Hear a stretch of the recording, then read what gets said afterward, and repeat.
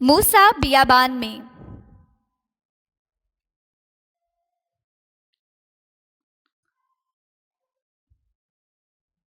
یہ موسیٰ ہے جو ایک اسرائیلی تھا اور مصر میں پیدا ہوا۔ اس وقت جب اسرائیلی لڑکوں کو مصر میں زندہ رہنے کی اجازت نہ تھی، حالانکہ موسیٰ فرعون کے محل میں پلا بڑھا، وہ فرعون جس نے اسرائیلیوں کو غلام بنایا تھا۔ جب وہ بڑا ہوا تو اس نے ایک غلطی کی، اس لیے وہ مصر سے بھاگ گیا اور مدیان میں رہنے لگا۔ لیکن خدا نے موسیٰ کو مصر میں واپس جانے کو کہا اپنے بھائی ہارون کے ساتھ، تاکہ اسرائیلیوں کو آزاد کروا سکے۔ اور پھر خدا نے اپنی بڑی قدرت کو ظاہر کیا اور بحر کلثم میں سے گزارا، اسرائیلیوں کی رہنمائی کی۔ پھر اسرائیل خدا کے پیچھے پیچھے چلتے رہے، جو آگ اور بادل کے ستون کی صورت میں ان کے آگے آگے چلتا رہا۔ پھر ان کا گزر بیابان میں سے ہوا، ان کو بھوک لگی اور وہ بڑبڑانے لگے، اور موسیٰ اور ہارون سے کہا، اس سے اچھا ہوتا ہم مصر میں ہی مر جاتے۔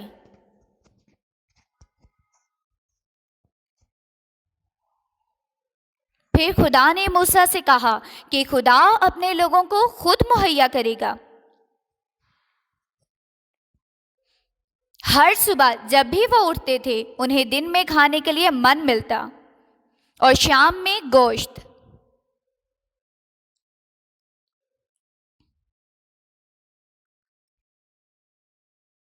اس کے بعد اسرائیلی لوگوں کو پیاس لگی اور وہ موسیٰ اور ہارون پر چلانے لگے کہ کیوں ہمیں ملک مصر سے نکال لایا تاکہ ہم پیاسے مر جائیں۔ پھر موسیٰ نے خدا سے دعا کی اور خدا نے موسیٰ سے کہا، اپنی لاٹھی چٹان پر مار۔ تو موسیٰ نے ایسا ہی کیا اور چٹان میں سے پانی نکل آیا۔ بیابان میں 3 مہینے مسلسل سفر کرنے کے بعد وہ کوہ سینا تک پہنچے۔ تب خدا نے موسیٰ کو پہاڑ کی چوٹی پر بلایا اور موسیٰ سے اسرائیلیوں کے مستقبل کے بارے میں باتیں کی اور ان سب معجزات کے بارے میں جو خدا نے کیے تھے یاد دلایا۔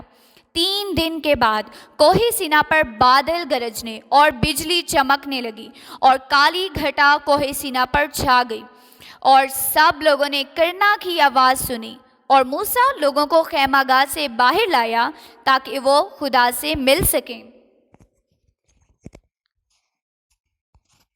تب خدا نے لوگوں کو بتایا کہ انہیں اپنی زندگی کیسے گزارنی ہے اور کیسے خدا کی اور ایک دوسرے کی عزت کرنی ہے۔